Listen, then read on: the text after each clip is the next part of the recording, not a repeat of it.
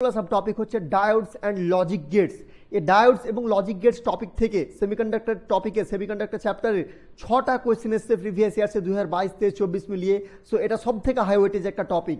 তারপরে thermodynamics, heat transfer and laws, thermodynamics চ্যাপ্টারের যে হিট ট্রান্সফার অ্যান্ড লজ আছে ক্লাস 11-এর, সেখান থেকে 3টে কোয়েশ্চেন এসছে। তো এটা একটা হাই ওয়েটেজ টপিক, এটাকে অবশ্যই করবে।